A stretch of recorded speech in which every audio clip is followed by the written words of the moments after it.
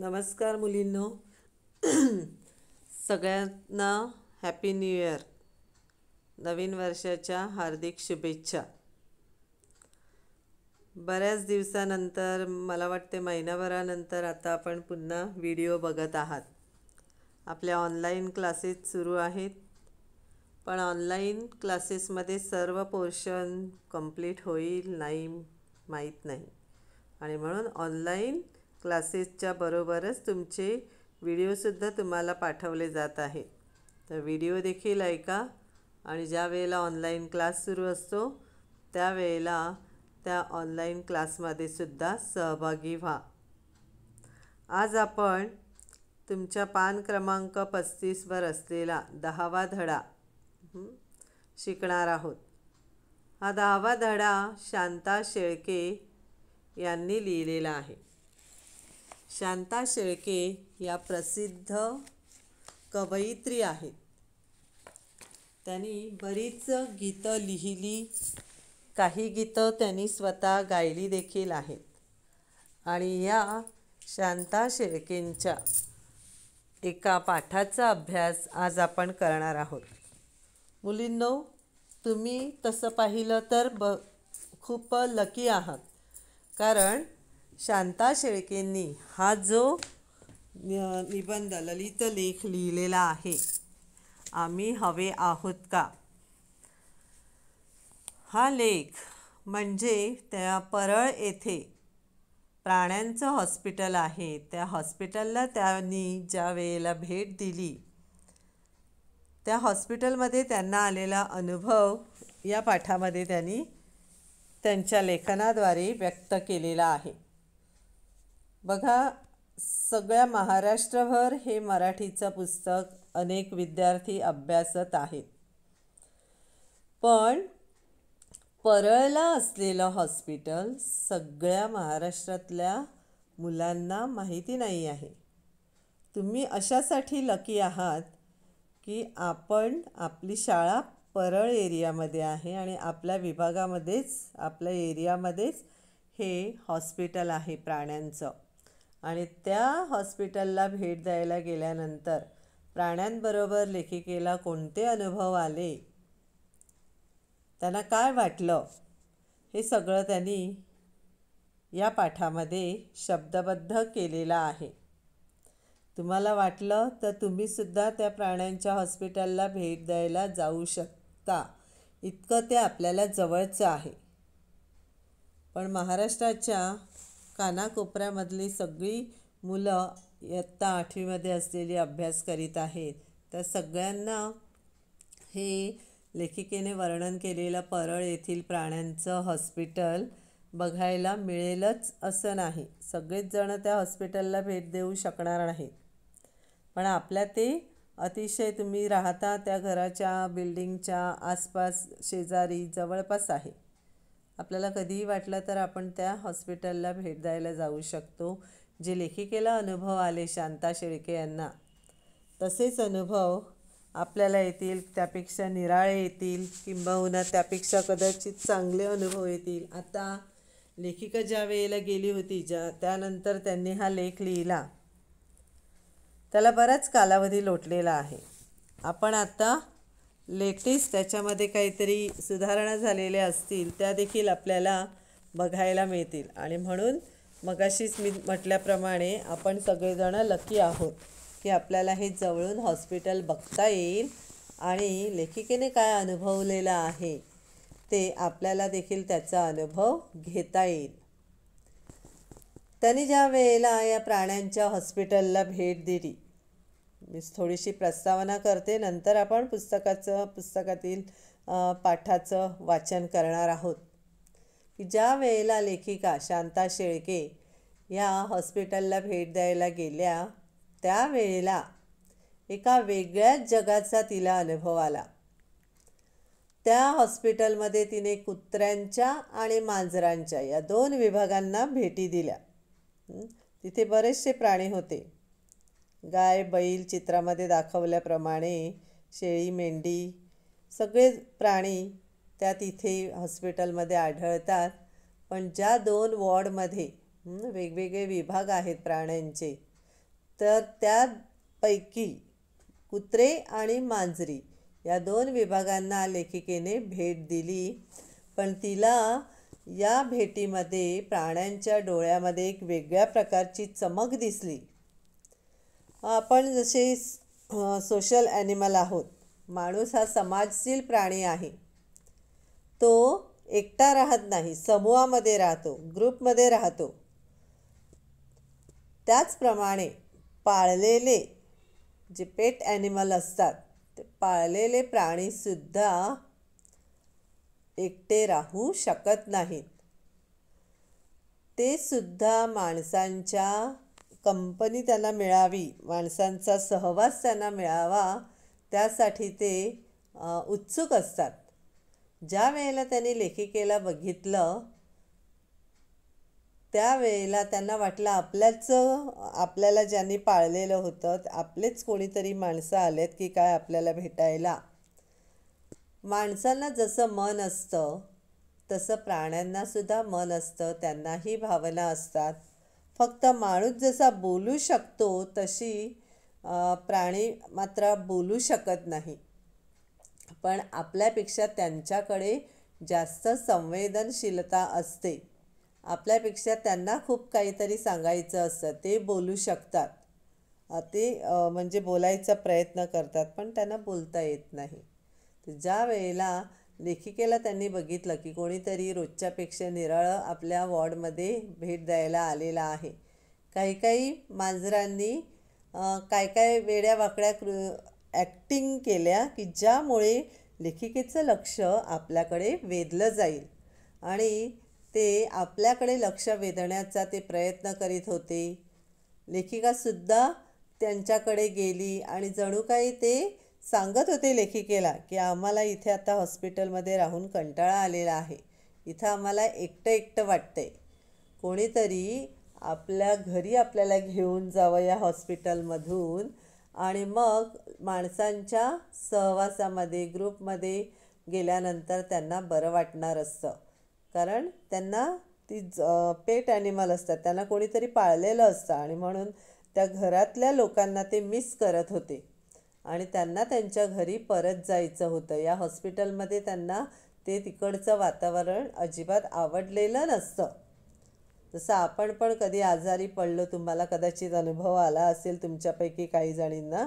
जरा तुम्ही हॉस्पिटलाइज झाला असाल तर घरातलं आपलं राहणं, घरातलं आपलं अस्तित्व आणि आपलं हॉस्पिटलमध्ये असलेलं आपलं अस्तित्व, आजूबाजूला सगळ्या औषधांचा वास येतो, नर्सेस जातात, डॉक्टर, त्यांना भेटायला आलेले व्हिजिटर्स असतात, त्यांचा आवाज असतो. हे सगळं हॉस्पिटलचं वातावरण आणि घरचं वातावरण याच्यामध्ये खूप फरक आहे आणि कुणालाच हॉस्पिटलमध्ये राहायला आवडत नाही. प्रत्येकाला आपल्या घराची ओढ लागलेली असते. आपलं घर कितीही छोटं असलं, कसंही असलं, गर्दी असली घरामध्ये सामानांची, राहायला पुरेशी व्यवस्थित जागा नसली आणि हॉस्पिटल कितीही मोठं प्रशस्त असलं तरीसुद्धा आपल्याला घरच आवडतं. घराची आपल्याला ओढ लागलेली असते. हॉस्पिटलमध्ये राहायला कोणालाच आवडत नाही आणि तसंच या हॉस्पिटलमध्ये असलेल्या मांजरांना, कुत्र्यांना हॉस्पिटलमध्ये राहायला आवडत नव्हतं. कशावरून? तर त्यांच्या चेहऱ्यावर जी खिन्नता, दुःखी भाव दिसत होते, त्याच्यावरनं लेखिकेने ओळखलं की त्यांना, या प्राण्यांनासुद्धा हॉस्पिटलमध्ये राहायचं नाही. म्हणजे सगळेच जणं आपल्या माणसांच्या प्रेमासाठी भुकेले असतात. आपल्या माणसांचा सहवास आपल्याला मिळायला हवा असं जसं माणसांना वाटतं, तसंच या प्राण्यांनासुद्धा वाटतं.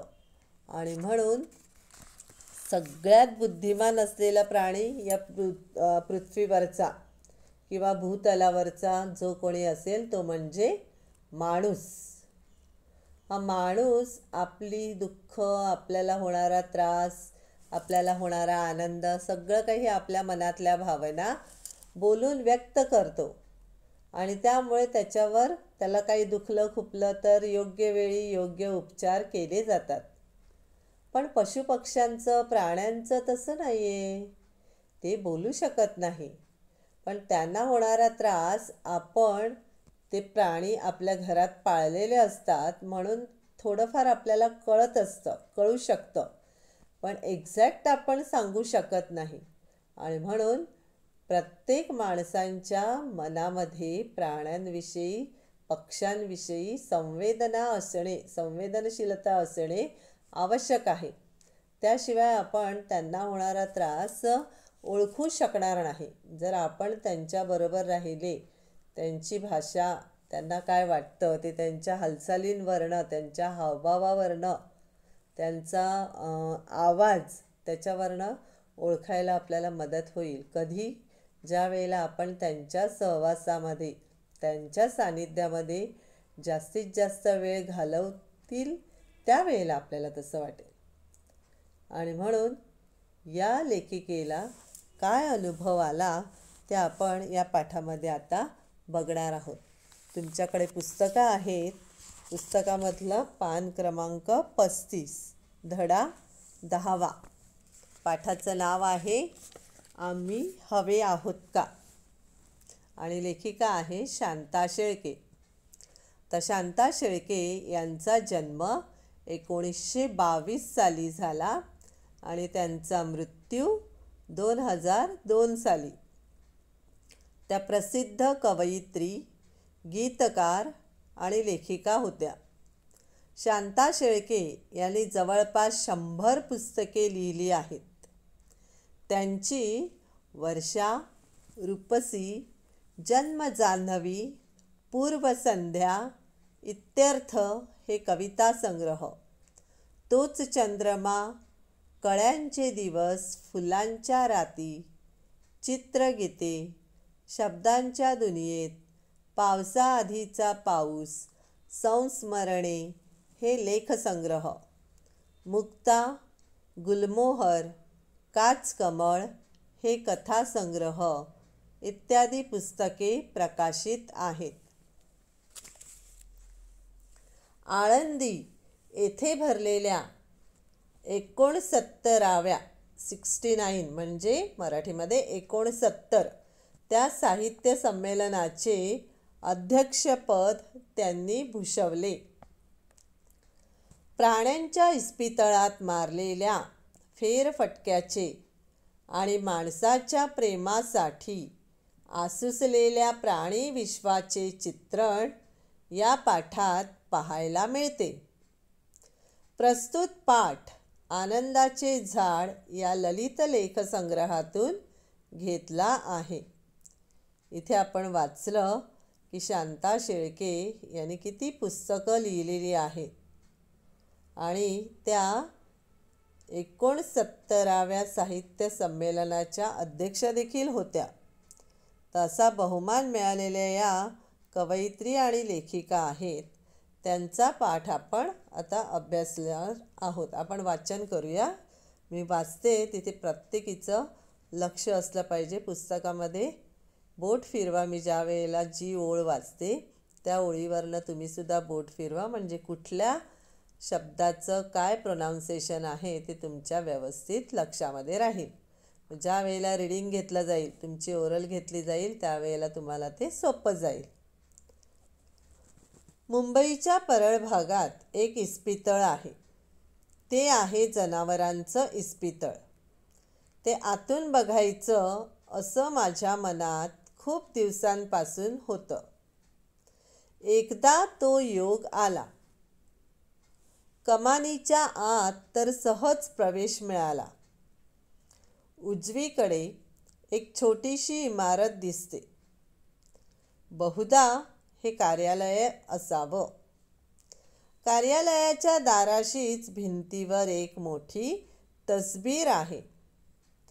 त्या तसबिरीत बैल, घोडा, कुत्रा, मांजर, शेळी अशी वेगवेगळ्या जनावरांची चित्र आहेत. खाली एक छोटंसं पण मनाला भिडणारं वाक्य आहे. आम्हाला तुमची गरज आहे. तुम्हाला आम्ही हवे आहोत का? माणसाच्या दयाबुद्धीला, करुणेला मुक्या प्राण्यांनी केलेलं ते आवाहन होतं. मला आत कुठंतरी हालवून सोडतं. आता मी कार्यालयात पाऊल टाकते. समोरच्या कपाटावर उदी रंगाचा एक गलेलठ्ठ बोका मजेत आपल्या मिशा साफ करत बसला आहे. मला बघताच तो कपाटावरनं उडी मारतो आणि साहेबांच्या टेबलावर येऊन बसतो. इस्पितळ बघण्यासाठी मी आले आहे असं मी त्या साहेबांना सांगते. बोक्याचं डोकं कुरवाळत ते माझं ऐकून घेतात आणि लगेच मला परवानगी देऊन टाकतात. इतकंच नाही तर मला सारं इस्पितळ नीट दाखवण्यासाठी भरत नावाचा एक छोटा चुणचुणीत मुलगाही ते माझ्याबरोबर देतात. आम्ही पुढं जाऊन डावीकडे वळतो. एवढ्यात भरत मला म्हणतो, बाई, हा मांजरांचा विभाग बघायचा आहे. मांजरांचा विभाग म्हटल्यावर मी उत्सुकतेनं आत पाऊल टाकते. एक लहानशी पण स्वच्छ खोली. आपल्या स्वयंपाकघरातले ओटे जेवढ्या उंचीचे असतात तेवढ्या उंचीचे कट्टे आणि त्यांच्या खाली एकेरी जाळीने विभागलेले छोटे छोटे खण. बाहेरच्या बाजूनही या खणांना जाळ्या बसवलेल्या आहेत. प्रत्येक खोलीत एक एक पेशंट आहे. एक भला थोरला काळाभोर बोका आपल्या हिरव्या डोळ्यांनी व्याकुळ नजरेनं बघत आहे. एक चिमुकलं कब्र पिल्लू कावरं बावरं झालं आहे. एक मांजरी चिडलेल्या वाघिणीसारखी पिंजऱ्यात इकडून तिकडं फेऱ्या मारत आहे. एक ठिपक्या ठिपक्याचं मांजर आपण पेशंट आहोत हे विसरून मार्जार जातीच्या स्वच्छतेच्या आवडीनुसार आपल्या पंजानं तोंड, मिशा, डोळे पुसून साफ करत आहे. पर्यंत आपण वाचलेलं आहे. त्याच्या पुढचं जे एक वाक्य आहे ते आपण पुढचं पान ज्या वेळेला वाचू त्यावेळेला अभ्यासू. आता आपण जे वाचन केलं मुलींनो, तेच तुम्ही मनातल्या मनात माझ्याबरोबर वाचलं असेल अशी मला आशा आहे. मी तुम्हाला सांगितलं मी वाचत असताना त्याच ओळीवरनं तुम्हीसुद्धा बोट फिरवा आणि मी जे काही वाचलेलं आहे ते तुम्हीसुद्धा मनातल्या मनात वाचत चला. अशासाठी की तुम्हाला त्याचं प्रोनाउन्सिएशन व्यवस्थित समजावं. आता पहिलं वाक्य काय आहे? मुंबईच्या परळ भागात एक इस्पितळ आहे. इस्पितळ म्हणजे हॉस्पिटल. इस्पितळ मराठीमध्ये, हॉस्पिटल इंग्रजीमध्ये. पण आता हॉस्पिटल हा शब्दसुद्धा आपण मराठी भाषेमध्ये सामावून घेतलेला आहे. मराठी बोलताना हॉस्पिटल हा शब्द आपण सहज वापरतो. असे बरेचसे इंग्रजी शब्द आपण मराठी भाषेमध्ये वापरत असतो. हॉस्पिटलला मराठीमध्ये इस्पितळ बोलतात. तसं डॉक्टर मराठीमध्ये वैद्य बोलतात. पण आपण डॉक्टर हा शब्द सहज मराठी भाषेमध्ये वापरत असतो. तर असे काही शब्द इंग्रजी जे मराठी भाषेने स्वीकारलेले आहेत. तर इस्पितळ म्हणजे हॉस्पिटल. ते आहे जनावरांचं इस्पितळ. परळमध्ये, मुंबईच्या परळ भागामध्ये जे हॉस्पिटल आहे ते जनावरांचं हॉस्पिटल आहे. ते आतून बघायचं असं माझ्या मनात खूप दिवसांपासून होतं. लेखिकेच्या मनामध्ये खूप दिवसांपासूनची एक इच्छा होती की मुंबईला जे परळ भागामध्ये प्राण्यांचं हॉस्पिटल आहे ते आपण बाहेरून जाताना येताना बऱ्याच वेळा बघितलेलं आहे. पण एकदा ते आतून बघायचे, त्याच्यात किती प्राणी आहेत, कोणत्या प्रकारचे प्राणी आहेत, ते कसे आपल्याला बघितल्यानंतर रिॲक्ट होतात ते तिला बघायचं होतं. आणि एकदा तो योग आला. एकदा लेखिकेला तशी संधी मिळाली की ज्या दिवशी तिला ते हॉस्पिटल आतून बघायची परवानगी मिळाली. कमानीच्या आत तर सहज प्रवेश मिळाला. कमान म्हणजे गेट. गेटच्या आतमध्ये लेखिकेला प्रवेश मिळाला. काही वेळेला गेटवरच वॉचमॅन अडवत असतात की आत जायला परवानगी नाही, पण लेखिकेला गेटमधून आतमध्ये जायला सहज प्रवेश मिळाला. उजवीकडं एक छोटीशी इमारत दिसते. हे बहुधा कार्यालय असावं. लेखिकेला उजवीकडे एक दुसरी छोटीशी इमारत दिसली त्या एकाच गेटमध्ये. ते कार्यालय. कार्यालय म्हणजे ऑफिस. कार्यालयाच्या दाराशीच भिंतीवर एक मोठी तसबीर आहे, जी तुम्हाला आता चित्रामध्ये दिसते. हॉस्पिटलच्या बाजूला जी छोटीशी बिल्डिंग आहे त्या बिल्डिंगच्या भिंतीवर एक मोठी तसबीर. तसबीर म्हणजे एक चित्र आहे. हा फ्रेम करून ठेवलेला आहे, पोर्ट्रेट आहे. त्या तसबिरीत बैल, घोडा, कुत्रा, मांजर, शेळी अशा वेगवेगळ्या जनावरांची चित्रं आहेत. वेगवेगळ्या प्रकारचे प्राणी त्या तसबिरीमध्ये आपल्याला दिसतात. त्यांची चित्रं आहेत. खाली एक छोटंसं पण मनाला भिडणारं वाक्य आहे. त्या तसबिरीच्या खाली एक वाक्य लिहिलेलं आहे. काय वाक्य आहे? आम्हाला तुमची गरज आहे. तुम्हाला आम्ही हवे आहोत का? आम्हाला तुमची गरज आहे, पण तुम्हाला आम्ही हवे आहोत का? असं हे प्राणी जणू काही आपल्याला विचारतात. येणाऱ्या जाणाऱ्या माणसांना हा प्रश्न विचारतात की आम्हाला तुमची गरज आहे. असं वाटतं की आम्ही तुमच्या घरी यावं, पण तुम्ही आम्हाला स्वीकारायला तयार आहात का? हा प्रश्न हे मुके प्राणी आपल्याला विचारत आहेत. माणसाच्या दयाबुद्धीला, करुणेला मुक्या प्राण्यांनी केलेलं ते आवाहन होतं. आवाहन म्हणजे रिक्वेस्ट केली, विनंती केलेली आहे की कोणत्या तरी माणसाच्या मनात अशी दया, करुणा येते का मुक्या प्राण्यांविषयी की ते आम्हाला इथून त्यांच्या घरी घेऊन जातील. मला आत कुठंतरी हलवून सोडतं. ते वाक्य वाचल्यानंतर लेखिकेच्या मनात, आतमध्ये, अंतःकरणामध्ये, हृदयामध्ये कुठेतरी हालचाल झाली. हलवून सोडलं. ते वाक्य त्यांच्या हृदयाला भिडलं. आत्ता मी कार्यालयात पाऊल टाकते. ती बाहेरची भिंत होती, त्या भिंतीवर असं चित्र होतं. आता कार्यालयाच्या मध्ये लेखिका जाते. समोरच्या कपाटावर उदी रंगाचा एक गलेलठ्ठ बोका मजेत आपल्या मिशा साफ करत बसला आहे. कार्यालयात, ऑफिसमध्ये पाऊल टाकल्यानंतर लेखिकेला काय दिसलं की समोरच असलेलं कपाट होतं. त्या कपाटाच्या वरती उदी रंगाचा, ग्रे कलरचा एक गलेलठ्ठ म्हणजे मजबूत, जाडजूड असा बोका, म्हणजे मांजरामध्ये असलेला मेल, तो आपल्या मिशा साफ करत बसलेला होता. म्हणजे मिशेवरनं जीभ फिरवत होता. मला बघताच तो कपाटावरनं उडी मारतो आणि साहेबांच्या टेबलावर येऊन बसतो. लेखिकेला जेव्हा त्या बोक्याने बघितलं त्यावेळेला तो कपाटावरनं त्याने खाली उडी मारली आणि येऊन तो साहेबांच्या टेबलावर बसला. इस्पितळ बघण्यासाठी मी आले आहे असं मी त्या साहेबांना सांगते. लेखिकेने सांगितलं की मी हे हॉस्पिटल बघायला आली आहे. बोक्याचं डोकं कुरवाळत ते माझं ऐकून घेतात. साहेब खुर्चीवर बसलेले होते. साहेबांच्या समोर टेबल होतं आणि त्या टेबलावर बोका बसलेला होता.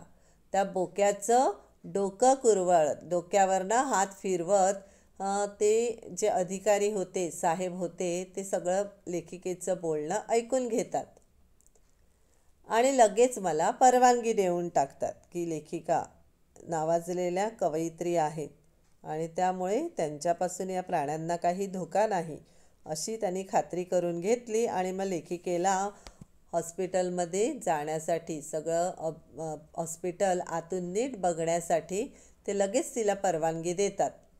इतकंच नाही तर मला सारं इस्पितळ नीट दाखवण्यासाठी भरत नावाचा एक छोटा चुणचुणीत मुलगाही ते माझ्याबरोबर देतात. लेखिकेला एकटीला सांगत नाही की तू जा आणि हॉस्पिटल बघ असं. एक चुणचुणीत ॲक्टिव्ह असलेला असा मुलगा त्यांच्याबरोबर देतात की तो या हॉस्पिटलमध्ये असलेल्या वेगवेगळ्या प्राण्यांचे वेगवेगळे वॉर्ड असतील, विभाग असतील, त्याच्यामध्ये तो लेखिकेला घेऊन जाईल आणि सगळी माहिती पुरवेल. म्हणून एका मुलाला लेखिकेबरोबर त्यांनी पाठवलं. आम्ही पुढे जाऊन डावीकडे वळतो, एवढ्यात भरत मला म्हणतो. त्या मुलाचं नाव होतं भरत. आता थोडेसे पुढे चालतात बिल्डिंगमध्ये, तेवढ्यात भरत काय सांगतो, बाई हा मांजरांचा विभाग बघायचा आहे. इथे सगळे प्रकारचे बरेच प्राणी आहेत. तर इथे पहिलाच आपल्याला जो वॉर्ड लागला तो मांजरांचा आहे. तर तो मांजरांचा विभाग तुम्हाला बघायचा आहे का, असं भरतने लेखिकेला विचारलं. मांजरांचा विभाग म्हटल्यावर मी उत्सुकतेनं आत पाऊल टाकते. लेखिकेला मांजरं आवडत होती आणि त्यामुळे त्यांनी मांजरांचा विभाग सांगताबरोबर त्या लगेच मांजरांच्या विभागामध्ये पाऊल टाकतात. एक लहानशी पण स्वच्छ खोली. मांजरांची छोटीशी एक खोली होती, पण ती अतिशय साफ होती. स्वच्छ खोली. आपल्या स्वयंपाकघरातले ओटे जेवढ्या उंचीचे असतात, म्हणजे स्वयंपाकघरातला आपला प्लॅटफॉर्म, ओटा, ज्याच्यावर आपण स्वयंपाक करतो, गॅसची शेगडी ठेवतो, ती आपल्या कमरे इतकी उंचीची असते. तेवढ्या उंचीचे कट्टे होते. त्यांच्या खाली एकेरी जाळीने विभागलेले छोटे छोटे खण, एकेका जाळीमध्ये, पिंजऱ्यामध्ये एक मांजरींना ठेवण्यात आलेलं होतं.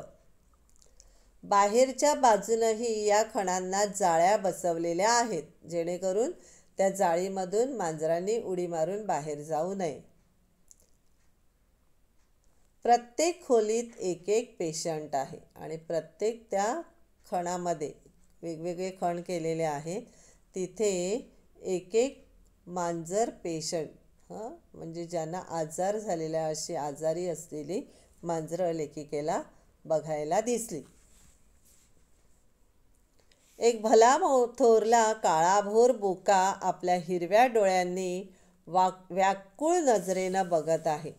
लेखिकेला एक भला मोठा, थोरला म्हणजे मोठा, काळाभोर बोका, मगाशी तिने उदी रंगाचा, थोडासा ब्राउनिश असा ग्रे कलरचा बोका बघितलेला होता, जो साहेबांच्या टेबलावर बसलेला होता. तो कदाचित आजारातून बरा झालेला असावा आणि त्यामुळे तो साहेबांच्या टेबलावर होता. आता मांजरांच्या विभागामध्ये लेखिकेने हा काळाभोर बोका बघितला. त्याचे डोळे हिरवे होते आणि तो व्याकुळ नजरेनं बघत होता. तो कावराबावरा झालेला होता. त्याला काय होतंय काय समजत नव्हतं आणि त्याचं दुसऱ्यांचं आपल्याकडे लक्ष वेधावं असं त्याच्या चेहऱ्यावर दिसत होतं. व्याकुळता म्हणजे आर्तता. तो अतिशय कासावीस झालेला होता. कोणतरी आपल्याला भेटायला येईल, इथून हॉस्पिटलमधून घेऊन जाईल, अशा प्रकारचे हावभाव त्याच्या चेहऱ्यावर लेखिकेला दिसत होते. एक मांजरी, एक चिमुकलं कब्र पिल्लू कावरबावर झालेलं आहे. एक मांजरी चिडलेल्या वाघिणीसारखी पिंजऱ्यात इकडून तिकडे फेऱ्या मारत आहे. एक ठिपक्या ठिपक्याचं मांजर आपण पेशंट आहोत हे विसरून मांजर जातीच्या स्वच्छतेच्या आवडीनुसार आपल्या पंजानं तोंड, मिशा, डोळे पुसून साफ करत आहे. इथपर्यंत आपण मगाशी वाचलेलं होतं. म्हणजे लेखिका ज्या वेळेला मांजरांच्या विभागामध्ये आली त्यावेळेला तिला काय काय बघायला मिळालं, इथपर्यंत आपण आता वाचलेलं आहे. हा भाग, हेच पान घरी परत एकदा तुम्ही व्यवस्थित वाचा आणि आतापर्यंत आपण जे वाचलं त्याच्यामध्ये तुम्हाला काही समजलं नसेल तर आपण ज्या वेळेला ऑनलाईन क्लास घेणार आहोत त्यावेळेला तुम्ही तुमचे प्रश्न विचारू शकता. तोपर्यंत आपण इथेच थांबूया. धन्यवाद.